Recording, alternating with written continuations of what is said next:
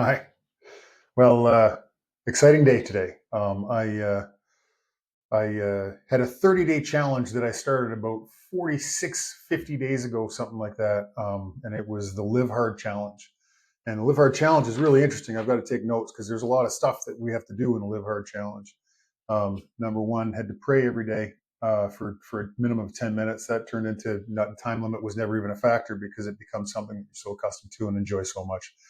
That's how I would start every day. Had to read 10 pages a day. That's a great thing to do every day. I've been trying to do that for years, but making a check mark beside it always makes it easier. So that was good. And that's a really great way to start the day. Had to take a picture of yourself every day as you progress through a physical change, which occurred, I think, in 56 days. I've dropped almost 30 pounds, which is pretty cool. I've enjoyed it, and now the trick is to obviously keep this lifestyle and maintain and lose whatever else I need to lose, and just really more than losing weight, just being in great health and enjoying a healthy lifestyle that where I never feel tired, never feel sick. I just kind of roll along.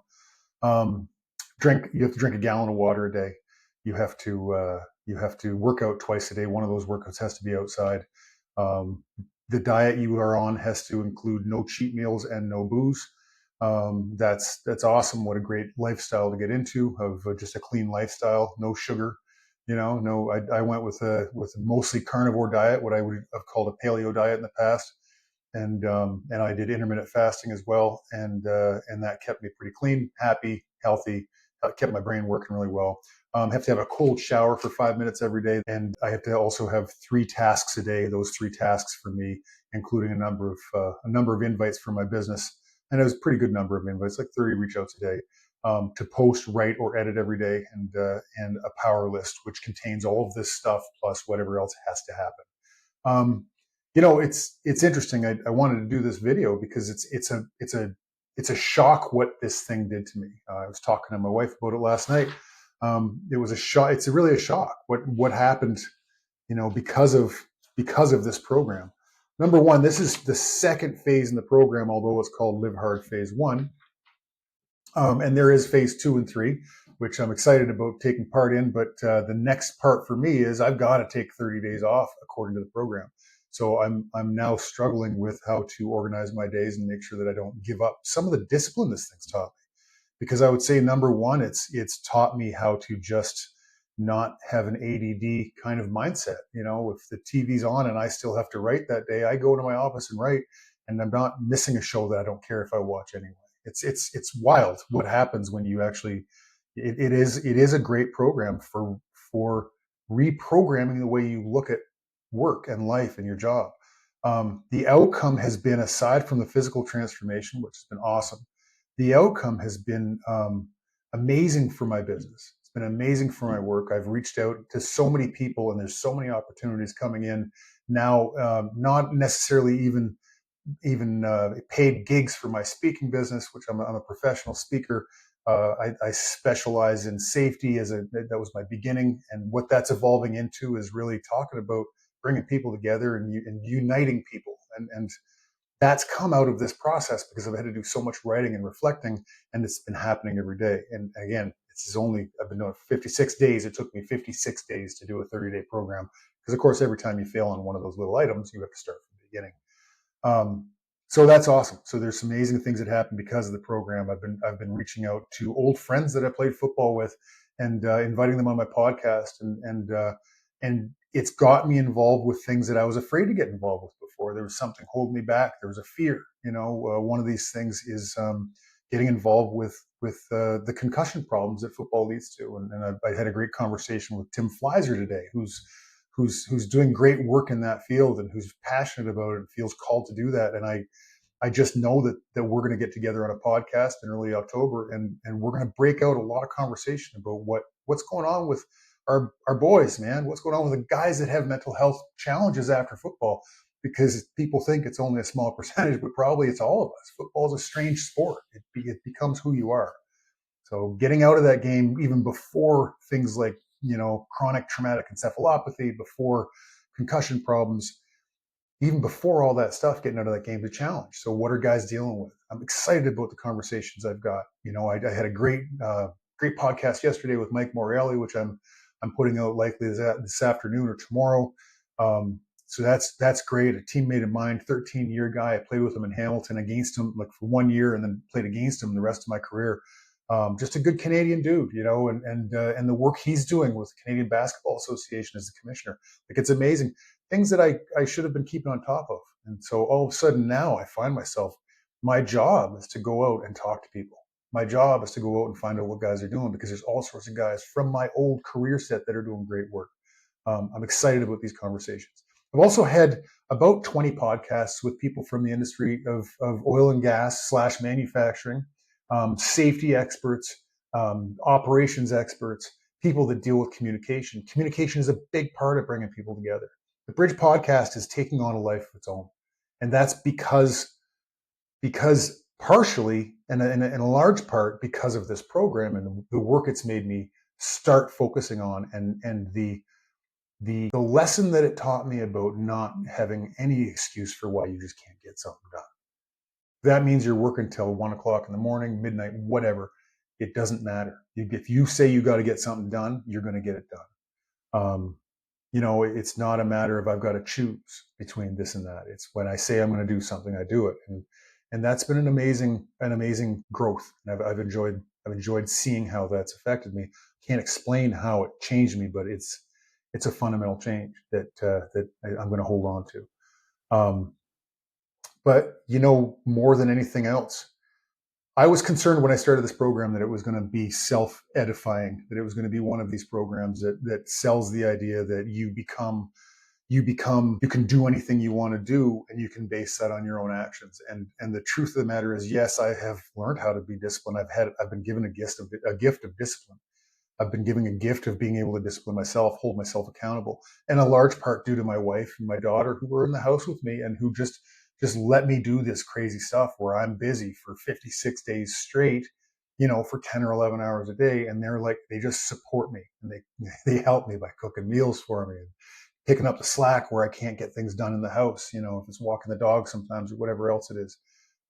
It's amazing to have that support. But over all of it, I've learned some things, and so here are the lessons I've learned from Live Hard phase 1. I've learned that my life is divided into 4 parts, and those parts are my relationship with God, my relationship with my family, my relationship with my health, and my relationship with work. I used to think that you had to choose one of those things to be the most important thing, one of those parts to be more important than anything else at any given time, depending on what you were trying to focus on. And what this taught me was, because of my fear of not putting God first, as a Christian, as a God-fearing man, my number one job is putting God first. My number one job is looking at everything through the understanding, if it isn't supported by the Word of God, if it's not supported by what I believe through my relationship with the Bible and His Word, is if it's not supported in that, then the answer is really easy. It just becomes really easy. I made sure that every day started with my prayer session and my reading, and I made that first hour or hour and a half a day really all about my relationship with God, which made me understand so much. Because when you put Him first, then everything else falls into place. Because then He'll let you know what you have to focus on. And I just found that even through this time, my family got a lot of attention, and I did take care of my family and my responsibilities in terms of bringing love to my house. My responsibilities in terms of, obviously, I've got financial responsibilities, I've got protective responsibilities, and I've got my own just husbandly duties of, if it's cleaning the backyard and the dog do and all that kind of stuff. Just like everyone else, we've got those things we've got to do. Maintaining the house, that's stuff that has to happen. And so I haven't seen that fall off. What I've seen is, we understand that right now I'm growing a business. And right now I'm going to focus on the business. So I definitely have to take care of my family. So Saturdays and Sundays was big on that, but also in the evenings. Also, when I had the opportunity to show love, to give things to my family, it was easy to do. My relationship with my health, I started to understand that, your health is really your relationship with your health is how you honor God for the gift of the temple that He gave you to house your soul. And it, I had a relationship with alcohol and some light, marijuana, mushrooms, that kind of stuff. I did all that stuff, man, for too many years. I'm too old to be messing with that stuff anyway. But this really made me understand and realize that everything that I put into my body that isn't going to help me stay healthy and strong also doesn't only lose the connection between my healthiness rather and my strength and my mental health and my peace. As soon as you start putting things into your body that don't help you with that, it takes away from that stuff. But it also takes away from your relationship with God. And I didn't understand that. I think I kind of understood it, but I didn't grasp it entirely. As you can imagine, this program makes you mindful. And the thing is, what it's taught me is that every day is a gift from God. And it's taught me that my family is a gift from God. It's taught me my health is a gift from God. And when it came to a relationship with my work, it's taught me that my work is a gift from God. He wants me doing the stuff I'm doing. He wants me on the podcast. He wants me to be speaking to people about coming together. He wants me to talk about communication, about safety, about getting our people home safe from work, not only in the oil fields, but in manufacturing settings, not only from those settings, but it's more than that. The conversation goes deeper than that. It's gotten into bringing sports people together with business people. It's gotten into all sorts of different realms that I didn't see before. Like I say, it's all because of God. The program is a big assist. It's like having a car instead of walking. But God gave me the program. God gave me the ability and the support for my family to get through the program. And so a shout out to Andy Fasella. You've created something here that I think can be used for good. My only warning about this whole thing is that, from my understanding, you got to put God first no matter what every day. And when you do that, everything else will fall into place. So that's what I learned. 30-day challenge has now got a bow on it. I've got to take 30 more days, and then I've got to redo this. Another 30 days of the same program before the end of the year. And then I've got phase 3 of this program, which gets a little more extreme, and it has to end on January 1st, which is the day I started. So I've got a couple more 30-day programs. I can't afford to mess up in the middle of them because I haven't got that many days left. We're already halfway through September. So halfway through October turns into, halfway through November. So I have about 10 days to play around with in there, where I can reboot, or else I can't, I guess, graduate from the program. More than graduating from the program, more than living hard for the year, it's living with God. It's having Him as a basis for how I treat my family and how I treat my body and how I treat my work. And I'm super excited because I just feel like there's so much more work to do. And if I'm supposed to be doing this, He's going to make me better. And with your help out there, if you want to get involved with the Bridge podcast, please do. But with your help out there, and in terms of getting better, in terms of supporting each other, in terms of growing, I just feel like for the first time in a long time, I'm a lot more optimistic than I used to be. So thanks again for caring enough to watch this, and thanks again for listening to this podcast. And I really hope to do more great work for you, and I will work to provide meaningful conversations, and I'll work to tell you the truth always. God bless. Take care. Hope to see you on the bridge.